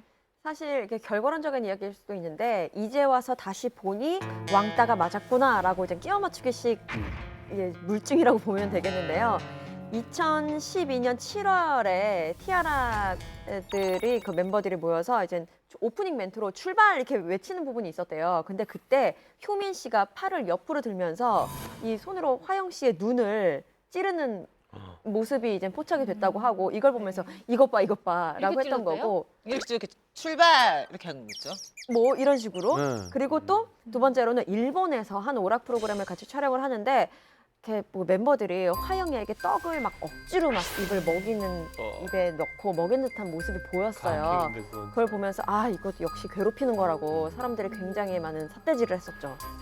제가 티아라 요때 제가 스타일리스트였고 이들이 어떻게 픽업이 되는지 다 아는 사람이에요 저는. 네. 정말? 네, 근데 이거는 100%라고 얘기할 수 있는데 같이 공간 생활을 하는 그 왜 숙소 생활을 하니까 거기서 일어나는 팩트는 내가 잘 모르겠지만 제가 근황상 봤을 때 이 티아라 멤버들이 워낙 3년 4년 동안 돈독하게 다져놨던 그 터전을 그런 신인 친구가 와서 적응 못했을 수도 있지만 그 친구는 너무 이 친구들이 고생하면서 자랐던 걸 한꺼번에 봤다 보니까 이제 이 어떤 그 활동하면서 이 체계가 없었던 거죠. 네. 이 친구가 소위 말하면 좀 버릇이 없고 뭐 이런 것들을 충분히 저희 스태프들도 다 느꼈었기 때문에 그 폭로전에 대해서는 제가 단호하게 말씀드릴 수 있는 거는 티아라 잘못은 없다라는 거예요. 그 머리 감겨주고 이런 미용실에 있는 친구한테 네. 샴푸라고 이름을 불렀대요. 어머. 그 정도 샴푸. 이렇게 그러니까 그게 뭔 얘기? 그러니까 예를 들면 헤어 메이크업 언니 뭐 이게 누구 언니가 아니라 샴푸 가자 뭐 이런 식으로 그래가지고 그런 이제 일파만파 스태프들한테 안 좋은 소문이 퍼지기 시작한 거예요. 아이고야. 그러니까 티아라 애들은 네네. 함구 사장님이 함구해라. 괜히 말이 커진다. 그래서 SNS도 안 하고 그때 엄청 억울했어요. 그냥 말을 많이 안 했었어요 그쪽에서 오히려. 그러니까 사실은 예전에는 뭐 베이비복스나 디바, 네. 샵, 뭐 좋은 관계가 별로 없었어요 다. 네, 다들 이제 그룹 내에서 결국은 딱 하나예요. 내가 더 옷을 더 잘 입는 것 같은데 맞아요. 저 친구가 더 대중으로부터 옷 잘 입는 걸로 더 비춰진다. 인기가 더 많다. 그러면 그게 너무 화가 나는 거고 그럴 수 내가 음악적으로 더 많은 걸 갖고 있는데 내가 팀 내에서 노래로서 보여주는 건 8마디밖에 안 되는 거예요. 저 친구가 오히려 나보다 더 떨어지는데 16마디를 하고. 그렇죠. 그러니까 예전에는 정말 옷 제작 때는 가격서부터 액세서리 이런 것까지도 정말 티격태격. 결국은 2명의 멤버가 따로 차를 타고 다니고 아이고. 6명의 멤버가 그러니까 같은 차를 타기 싫으니까 그래도 여기 차가 6대예요. 이상민 멤버가 씨 6명인데. 말 그대로 가족도 매일 싸우고 살잖아요. 제일 편하니까 싸우는 건데 그게가 이제 연예인이다 보니까 극대화 되는 건데 저는 사실 저 왕따 사건에 이제 따지자 근원을 찾자 보면 샵부터 시작해요. 샵. 여기 있었던 분인데 이제. 그러니까 이제 지금도 같이 다 만나지만 그때 당시엔 별거 아닌 걸 가지고 그렇게 난리를 친 게 그게 뭐냐면 이재 씨랑 지영 씨랑은 성격이 달라요. 뭐 이상민 씨도 아시겠지만. 그렇죠. 다르죠. 근데 그러다 보니까 이재 씨는 샤우팅이고 얘는 좀 이렇게 안 오고 이러다 네. 보니까 둘이 이게 안 맞는 거야. 옷 스타일도 안 맞아, 노래 스타일도 안 맞아. 뭐 하나 맞는 게 하나 없는데 그러다 보니까 1등을 계속해. 활동은 계속 돌아가. 그리고 앵글에 자기가 좀 맨이 되고 싶은데 이재 씨는 자꾸 서지영이 나와. 그러면 뭐 미울 수도 있고 좀 그럴 수도 있잖아요. 그쵸. 그렇게 돼서 사람이 남기 시작한 거예요. 저도 왜 기자니까 뭐 2명 그룹이 있다 그러면 인터뷰를 하잖아요.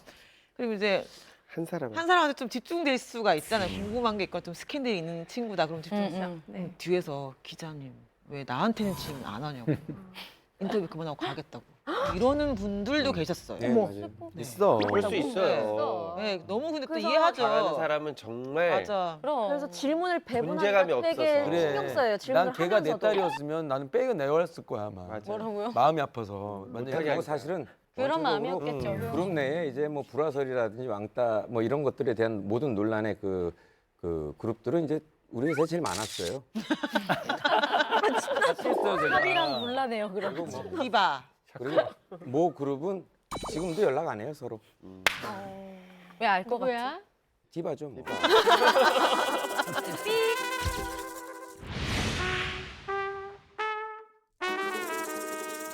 그렇다면 이런 갑작스러운 폭로에 대해서 화영 씨와 티아라 측의 반응은 어떤가요? 일단 화영 씨가 2월 16일에 자신의 SNS를 통해서 글을 올렸는데요. 추잡한 공식 입장 원하시나 본데요. 5년 전 서로 서운하고 섭섭했던 마음을 전달하는 과정에서 너무 어리고 미숙한 데서 시작된 일입니다. 라면서 역시 불편한 심기를 그대로 드러냈습니다. 아, 성격이 좀 있구나. 그러니까 보통은 아니죠. 보통 이런 아니죠. 말을 한다는 거는. 이 앞에 문장은 사실 필요 없는 문장 같은데 굳이 어쨌든 그룹 내에 있었던 일은 오목조목 이런 일로 인해서 이 사람이 잘못했고 이걸로 인해서 이 사람은 당분간 티아라가 아닌 개인적으로 좀 회사 차원에선 휴식기를 좀 거쳐야 될 것 같습니다라고 하고, 그러니까 팀 내에서 회사 입장에서 봤을 때 잘못한 사람이 있으면 당연히 그거에 대해서 잘못을 공개하고 그 부분에 대해서 새로 재정비해서 빨리빨리 오해를 풀고 나가야 되는데 그냥 유야무야 넘어간 것 같아서 더 이런 논란이 좀 증폭되지 않았나 싶습니다. 일 처리나 마무리하는 방법이 옛날스럽죠. 그냥 덮어 이런 거예요. 이런 느낌 있잖아요. 사장님이 옛날 분이라. 그냥 덮어죠. 사장님이 너무 옛날 분이라. 명확하게 옛날엔 다 누가 그렇게 됐거든. 잘잘못을 했고 아이들이 마음의 상처를 받았는지 이 아이가 나중에 커서 계속 스타로 갈 즈음에 이게 꼬리표가 될지 그런 별로 개의치 않은 것 같아요. 저는 근데 그런 그때 부분이 노력을 되게 많이 속상해요. 하긴 했어요. 막 그 무슨 1인 시위도 앞에서 하고 막 그런 사람들이 나오니까 대표랑 만나서 이렇게 대화의 뭐 장을 마련하기도 하고 뭐 이랬는데 안 됐어요. 이게 도저히 수습할 정도의 상황이 정말 너무 컸어. 사회적으로 뉴스에 나올 정도로 정말 컸고, 아 이게 도저히 안 되겠다고 해서 정말 3일 만에 빠르게 결정해서 그 친구의 탈퇴를 만든 게 저는 맞다고 생각하고 그게 정말 최선을 다한 노력이었던 것 같아요. 그 네. 회사에서는. 저는 이게 항상 어떤 일이 터졌을 때 타이밍이라고 보거든요. 사과를 하든 해명을 하든 타이밍이 굉장히 중요한데 지금 5년 전께 다시 수면에 올라와서 다시 또 재점화된다라는 건 지금 간간히 이렇게 열심히 활동해서 다시 올라오는 티아라한테도 상처고, 그리고 또 열심히 연기 활동으로 하는 화영 씨한테도 또 상처가 되는 거거든요. 쌍방이 또 다시 상처를 받게 되는데 회사에서 정확하게 한 번쯤은 짚어주고 넘어가야 되는 것이 이 어린 친구들의 장래를 미래를 위해서 굉장히 중요한 일이라고 생각을 합니다. 정말 걸그룹의 멤버로서 그리고 한 명의 연예인으로서 돌이킬 수 없는 논란의 대상이 되었습니다. 네. 뜻하지 않은 폭로로 또 다른 상처를 입게 된 효영, 화영 자매와 티아라. 모쪼록 서로 간에 생긴 오해와 논란들이 잘 해결됐으면 좋겠습니다. 네, 사실 멤버들 간의 사소한 논란에서 시작되어서 폭로로 이어지는 경우도 있지만 소속사와 소속 연예인과의 관계도 빼놓을 수가 없죠. 아무래도 연예인에게는 소속사와의 관계는 가족과도 같잖아요. 그런데 소속사와 소속 연예인이 한 번 틀어지면 걷잡을 수 없을 정도로 일이 커지죠. 때문에 소속사와 소속 연예인 간의 폭로 논란도 꽤 있었죠. 네, 얼마 전이죠. 전 소속 대표를 폭로한 미녀 파이터 송가연 씨인데요. 그 이종격 투기 굉장히 예쁘신 그분 말이죠. 이렇게 머리도 네, 막 예, 이렇게 예. 따기도 하고. 사실 송가연 선수 같은 경우에는 고등학교 때부터 아마추어 격투기 대회에 나갔을 정도로 굉장히 파이터 기질이 다분한 미녀 선수였죠. 그리고 2013년 9월에 만 18세의 나이에 그 로드 FC 로드걸로 데뷔를 했습니다. 당시 사실 여자 종합 격투기 선수가 라운드걸로 데뷔하는 사례는 아주 극히 드문 사례였었죠. 굉장히 많이 화제가 됐었죠. 그 후에 예쁘고 또 고운 미모로 이슈가 됐었고, 또 특이한 이런 이력 때문에 각종 예능에서 또 활발하게 활동을 했었어요. 특히 MBC 띠동갑내기 과외하기라는 프로그램이 인기였는데 여기에 나와서 가수 정재영 씨의 격투기 선생님으로 나오면서 또 이목을 끌었는데, 그러던 중에 이젠 첫 프로 경기 데뷔전을 치릅니다. 여기에서 승리를 하면서 더 유명해졌죠. 근데 지금까지 들어본 바로는 좀 되게 행보가 꽃길만 걸어온 것 같은데 소속사 대표와 폭로전은 어떤 건가요? 송가연 선수가 어쨌든 법적 대응을 했던 건 뭐냐면 일단 이유를 TV 출연료하고 또 광고 출연료를 제대로 못 받았다. 그리고 또 전속 계약도 자동으로 협의 없이 자동으로 연장돼, 이런 게 모든 게 불공정 계약이다. 이런 이유를 들어서 이제 전속 계약 해지를 요구를 하는 그 입장을 밝히는데, 실제로 송가연 선수가 이제 2015년에 이거를 전속 계약 해지를 주장했지만 그 전에 11월 달에 방송에 출연해가지고 자기는 파이터 머니를 50만 원에 불과하다. 그리고 너무 돈도 없고 너무 힘들다. 이런 여러 가지 얘기를 이제 털어놓은 적이 있기 때문에 그런 거를 이유를 내세워서 전속계약 해지를 요구한 겁니다. 네, 또 소속사에서 운동선수로서 마땅히 받아야 할 뭐 어떤 능력 향상을 위한 훈련이라든지 이런 것들을 전혀 지원해주지 않았다고 주장을 이제 송가연 선수는 하는데요. 또 본인이 원치 않은 방송도 많이 강요를 했다고 해요. 그 예로 송가연 선수가 시합을 앞두고 있는 굉장히 예민한 상황에서 시합 일주일 전에 예능 프로그램을 잡아서 출연을 해야만 하는 그런 상황이 되기도 했고 심지어는 시합 전날에도 밤 11시까지 촬영을 하는 상황이 있었다고 하더라고요. 근데 몸으로 하는 선수다 보면 중요한 시합을 앞두고 있으면 항상 이렇게 체력을 안배하는 게 제일 그럼요. 우선이거든요. 네, 시합 전에 예능 프로그램 촬영을 하기에는 소속사에서는 어떤 입장을 취했나요? 그러니까 내용 증명서를 보낸 일주일 후였죠. 13일 날 소속사 측에서 입장을 밝혔는데 우리는 송가연에게 특별 대우를 해줬고 정상금도 빠짐없이 다 지급했다. 그러니까 그 주장 자체를 전부 다 반박을 한 거죠. 그런데다가 소속사에서는 또 충격적인 폭로를 하는데요. 송가연 선수가 19살 그때 그 무렵에 소속팀의 특정 선수와 지속적으로 비정상적인 관계를 맺었다라고 이야기를 하면서 또 이 때문에 공과 사를 구분하지 못하는 태도를 보였다라고 폭로를 했는데요. 이것 때문에 송가연 선수 사생활이 어떨까라고 사람들이 괜한 의심을 하게 되죠. 희한한 폭로네요. 네, 여자에게 그 비정상적인 관계라고 하면 상당히 치명적인 말인데 이 말을 들은 송가연 씨도 가만히 있지 않았을 것 같아요. 저희도 그 보도 자료를 받았을 때 너무 네. 좀 충격적이었어요. 그러니까 그런 표현을 공식 보도 자료에서 쓴다는 것 자체가 좀 약간 이제까지 겪어보지 못한 일이었거든요. 근데 아니나 다를까 송가연 씨도 이런 비정상적인 관계를 맺고라는 자극적인 표현에 이 보도 자료를 배포한 것 때문에 인격권을 침해했다라고 해서 이 항목을 추가해서 2015년 6월에 이 전속계약 해지 소송을 냅니다. 이로부터 이제 1년 6개월이 지나서 2016년 12월이죠. 그때 송가연 선수가 승소를 해요. 그러니까 이 승소를 한 거는 재판부는 이런 판단을 했는데 선수의 사생활을 언급했던 그런 보도 자료가 이 송가연과 스포츠 매니지먼트 사이의 신뢰관계가 파괴됐다. 그러니까 그런 계약의 존속을 기대하기 어렵다라는 판단을 한 거죠. 그런데 한 가지 좀 상반되는 아이러니한 부분이 있습니다. 송가연 측의 주장이 모두 법원에서 인정을 못 받았습니다. 그래서 소속사에서 내놓은 어떤 그 반박문이 오히려 발목을 잡아서 승소하게 되는 그런 상황이 벌어진 거죠. 그래서 소속사 측이 이거는 법리적인 오해가 있다 이렇게 해서 결국 이제 항소를 하게 되는데 계약 불이행에 따른 손해배상하고 기타 격투기 단체 출전 금지 이런 내용을 담은 가처분 신청을 내게 됩니다. 그래서 두 번째 폭로전이 이어지는데요. 그 내용이 아주 충격적입니다. 바로 송가연 선수가 이종 격투기 선수인 서두원 선수와 강압적으로 관계를 맺었다라는 것이 보도가 된 바 있습니다.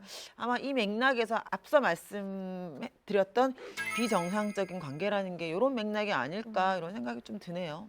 강압적이란 관계를 하면 우리가 흔히 생각하는 그런 관계를 말하는 건가요? 이건 언론에서 밝힌 그 로드 FC 관계자 주장이긴 합니다. 송가연 선수가 로드 FC 그 선후배들한테 서두원 씨한테 만남과 어떤 관계를 강요당했다 이런 얘기를 이제 하게 됩니다. 그래서 이 얘기가 정 대표한테 들어갔고 정 대표가 직접 송가연 선수한테 이걸 확인을 하게 됩니다. 근데 송가연 선수가 그대로 얘기를 하죠. 운동에만 전념하고 싶은데 자꾸 만남을 강요해서 힘들었다. 이에 대해서 그래서 서두원 씨가 한 매체를 통해서 인터뷰를 했어요. 그 인터뷰 내용에 따르면 송가연과는 가까운 사이이며 본인과의 관계가 소문이 나면 송가연이 상처를 받을 것 같았다.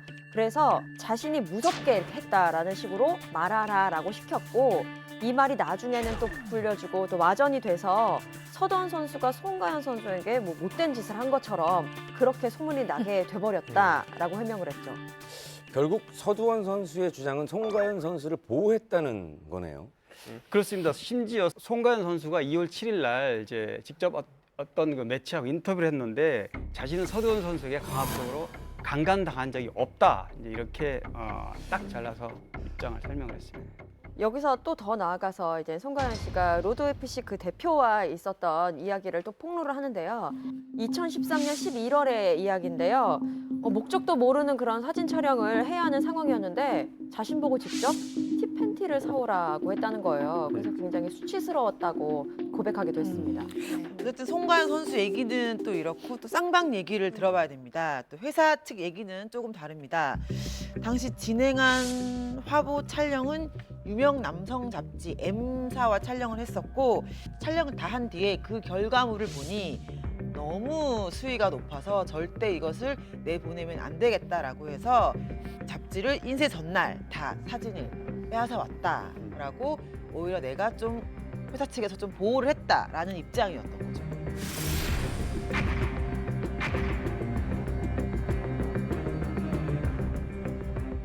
근데 그 안 찍으면 안 되는 거였어요?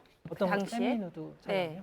그러니까 오라면 오고 가라면 가는 그런 시스템이잖아요. 좀 약간은 선후배 관계가 좀 엄격하고 스포츠계 자체가 그거를 안 하고 싶다고 해서 당장 내가 안 나가면은 내가 당장 어떤 앞으로의 경기라든지 선수 생활에 문제가 있을지 모른다라는 어떤 걱정을 하면서 저희 것도 개그맨들도 있잖아. 선후배 관계가 정말 심하잖아요. 근데 만약에 정말 심한 가운데 이 세미 누드를 시킨다. 저는 안 할 것 같아요. 아니, 이거는 근데 너무 별개의 이게 문제인데 있잖아요. 현장 가서 그런 거 있잖아. 이거 계약을 했기 때문에 안 찍게 네. 되면은 뭐가 위약금이 얼마가 만약 했다면 어린 사람 입장에서는 그게 어쩔 수 없어서도 찍을 수밖에 없을 수도 있을 것 같아요. 그런데 이번 논란에 불편한 심경을 토론하는 사람들이 있다면서요. 예, 좋습니다. 그 개그맨 윤영빈 씨인데 개그맨 윤영빈 씨도 2014년에 이제 격투기 선수로 등록을 해서 활동을 하고 있고 지금까지 지난 2월 8일이죠. 윤영빈 씨가 SNS에 송가연을 굉장히 혹독하게 비판하는 글을 너는 수송의 무서움도 말의 무서움도 모르는 아이구나. 성적 비하라든지 모욕이라든지 협박 이런 거는 사실 아니라는 거죠. 윤영빈 씨가 볼 때는 같은 동료 선수로 볼 때는. 근데 이제 조금 전에 얘기했듯이 그런 갈등이 생겨 불거져 나니까 뒤늦게 송가연 씨가 꼬투리를 잡고 나왔다. 이렇게 주장하는 겁니다. 그리고 박상민 씨, 가수 박상민 씨 역시 이 논란에 대해서 입장을 밝혔는데요. 그 내용을 좀 들어보면 나는 항상 로드 FC 대표죠. 정문홍을 혼내는 입장이다. 그런 뭐 그 전에 있던 뭐 말들을 내뱉었다면은 내가 뛰쳐나왔을 것이다. 어떤 일이든 내가 볼 때는 송가연 측에서 문제가 먼저 발생을 했다. 그때 함께 고민하면서 이야기를 했고 결론을 내리기도 했다라면서 송가연 씨 소송 논란에 대해서 이해할 수 없다라는 입장을 밝혔습니다. 근데 이거는 지금 분들이 말 그대로 로드 FC의 실제 어떤 이익 관계가 있는 분들이 지금 얘기하는 거기 때문에 예를 들어 박상민 씨 같은 경우에는 로드 FC의 부대표직을 맡고 있기 때문에 굳이 따르자면은 뭐 이쪽 말을 100% 신뢰할 수는 없는 상황이다. 하여간 뭐 양측의 입장은 계속돼서 팽팽하기만 하네요. 여러분들은 이 논란에 대해서 어떻게 생각하시나요? 저는 아까까지만 해도 조금 소속사 측의 잘못이 크다라고 생각을 하고 있었는데 윤영빈 씨 발언을 듣고 조금 마음이 바뀐 게 SNS에까지 올릴 정도로 윤영빈 씨가 그렇게 막 경솔하지가 않거든요. 제가 아는 윤영빈 씨는 평소에 정말 신중하고 말 한마디를 뱉더라도 생각을 정말 많이 하고 뱉는 사람이에요. 근데 그런 사람의 입에서 나왔음에도 불구하고 이렇게 입장이 다른 거 보면 조금 이유가 있지 않았나 어느 정도? 그런 생각이 드네요. 근데 또 한편 조심스러운 추측을 해보는 게 이제 윤영빈 씨라든가 뭐 박상민 씨 같은 경우는 사실은 삼자잖아요. 그렇죠. 그래서 그 안에서 진짜 벌어지는 일들에 대해서 자기들이 보는 시각에서만 보고 있기 때문에 윤영빈 씨 측에서는 그렇게 진중한 성격이지만 이런 모를 수 있어요. 네, 모를 수 있어요. 모르는 사실 부분이 있기 때문에 속속들이 다 할 수는 없거든요. 그렇기 때문에 이렇게 얘기할 수도 있는 거라서 맞아요. 사실은 당사자들이 알고 있는 것들은 조금 더 구체적으로 알아봐야 되는 것이고 이 상황에서 송가연 씨가 아직 나이가 어린데 송가연 씨 입장을 보면 굉장히 외롭고 힘든 싸움인 것 같아요. 그리고 아무래도. 보면 성적 비하, 모욕, 협박 정말 해도 너무한다라는 이 말을 봤을 때 보통 이상한 사람이 아니고선 성적 비하와 모욕을 다른 사람 다 보는 앞에서 하진 않을 거 아니에요. 그렇기 때문에 그렇다고 해서 뭐 진짜 이 대표가 송가연 씨에게 그랬다라고 제가 확신할 수는 없는 거지만 그 두 사람의 일은 정말 두 사람의 일이고 모를 일이기 때문에 이것을 공개적으로 나는 누구의 편이다라고 어떻게 보면 공개를 한 거잖아요. 이런 거는 좀 어쨌든 공방을 하고 있는 사람들에게는 좋지 못한 영향인 것 같고 어떻게 보면 여론을 또 호도할 수도 있는 거기 때문에 조금 저는 경솔했다고 봐요. 사실 소속사랑 이제 소속된 어떤 스타랑 다양한 관계를 맺을 수 있는 것 같아요. 뭐 대등한 권력 관계일 수도 있고 또 한편으로는 굉장히 그 불균형한 권력 관계에 있을 수도 있는데 지금 이제 나와 있는 이제 얘기만으로 본다면 굉장히 불균형한 권력 관계일 때 일어날 수 있는 뭐 성적인 표현들 또 어떤 출연료 정산이 안 된 것들 또 인격 비하 발언들 이 모든 것이 거의 다 노출되어 있는 상황이라서 뭐 누구 말이 사실일지는 좀 지켜봐야 하겠지만 조금 슬픈 어떤 계약 관계를 보는 것 사실 그 지금 이제 송가인 씨 좀 보면 굉장히 좀 약자이고 외로운 싸움 위치거든요. 그래서 이럴 때는 좀 잘잘못을 정확히 따져야 되는 부분들이 있는 것 같아서 조금 더 좀 더 객관화적인 네. 그런 시각이 꼭 필요한 것 같습니다. 네, 송가연 씨가 그래서 이런 동료들의 SNS 글을 보고 자신의 SNS를 통해서 다시 한번 반박의 글을 올렸는데요.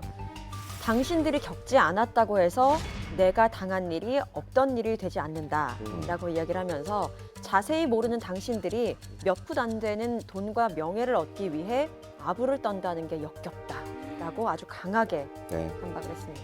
뭐 결국 이제 소송인데 송가연 선수가 지난 2월 22일 날 이제 검찰에 청소년 추행 혐의로 이제 정문홍 대표를 상대로 이제 고소장을 냈는데 이 고소는 2013년 11월에 있었던 일이죠. 그러니까 18살 미만일 때 이제 송가연 씨를 밤새 여자 스태프 없이 노출 수위가 높은 그런 걸로 해서 미성년자인 나이에도 불구하고 그런 걸 찍었다. 그렇기 때문에 그게 성추행이다. 이렇게 고소를 한 겁니다. 네, 그 정 대표 측도 반응을 보였습니다. 일단 경찰 또는 검찰로부터 어떠한 통보도 받은 바가 없기 때문에 고소 여부는 확인 중에 있다라고 밝혔고요. 또 송 씨가 계약 해지를 목표로 무분별한 소송과 고소를 남발하고 허위 사실을 여론에 흘리고 있다면서 이렇게 반박을 했는데요. 현재 어쨌든 두 사람 사이에 이 민형사 소송 3건이 물려 있다고 합니다. 사실 연예계에서는 분쟁을 넘어서 폭로전으로 이어지는 경우가 종종 있는데요. 여러분은 왜 이런 폭로전이 발생한다고 생각하십니까? 결국에는 감정 싸움 아닐까요? 네. 아니, 이기기 위해서는 수단과 방법을 가리지 않는 거죠. 그리고 어쩔 수 없는 연예인에 거죠. 있어서 가장 큰 피해라는 것은 뭐 금전적인 것도 아니고 이미지가 훼손이 되는 거잖아요. 그러니까 훼손을 낼 수 있는 방법은 일단 던지는 그런 폭로가 가장 큰 효과가 있는 것 같아요. 그러니까 악의를 품고 그렇게 하는 것 같아요. 뭐 사람이 사는 동안에야 뭐 갈등이 없을 리가 없죠. 근데 과거에 제가 쭉 연예 기자를 하면서 비교를 해보면 과거에보다 그 근래 들어서 폭로가 훨씬 많습니다. 그건 뭐냐면 매체 환경이 크게 변했기 때문입니다. 과거에는 그냥 종이신문 형태로만 있었기 때문에 지금은 1인 매체 시대가 되다 보니까 당사자가 피해를 받았다. 예를 들면 최인 씨 같은 경우에 뭐 이루와 그런 관계가 있다면 과거 같으면 충분히 수석사를 통해서 걸러지거든요. 그러면 무마를 하든지 마무리를 하든지 그런 과정이 없이 즉각 올리다 보니까 이젠 네티즌들이 다 보게 되고 이 폭로전이 더 많아지는 겁니다. 연예계에서 폭로가 좀 더 많은 거는 일반적인 사람들과의 그 다툼에서는 법정 가야 자기 그쪽에 중요한 역할을 하니까 거기서 말을 하는 건데 연예인들은 이제 이미지로 먹고 사는 직업이잖아요. 그래서 대중에 공개되어 있다 보니까 그들에게 가장 큰 피해를 주는 거는 분명 이미지로 훼손시키는 거거든요. 그러면 그게 폭로만큼 더 좋은 게 없고 그러니까 형사처벌보다 무서운 게 내 이미지가 떨어지는 이미 그 폭로되는 순간 그러니까 상대방에게 어쨌건 상처를 주기 위해 시작된 싸움이니까 그렇다면 내가 어떻게 이 사람한테 가장 큰 생채기를 남길까라고 생각했을 때 이미지 훼손이거든요. 가장 큰 생채기임에 더불어 가지고 가장 빠른 생채기예요. 그러니까 그렇죠. 뭐냐면은 바로 생계에 타격을 줄 수 있는 방법이 연예인 대상으로는. 그러니까 지금 뭐 남자 배우들도 그 여자들 그 사건이 많았죠. 사건으로 해서 무죄가 혐의 밝혀졌음에도 활동을 잘 못하는 이유가 맞아요. 이미지 글 하나로 그냥 사람 가버리는 거죠. 네, 오늘 풍문쇼에서는 누구 말이 진실인가, 연예계 폭로전이라는 주제로 함께 얘기해봤는데요. 오늘 저희가 준비한 풍문은 여기까지입니다. 다음 시간에는 더 쇼킹하고 더 뜨거운 풍문으로 찾아오겠습니다. 고맙습니다. 감사합니다. 고생하셨습니다. 고맙습니다.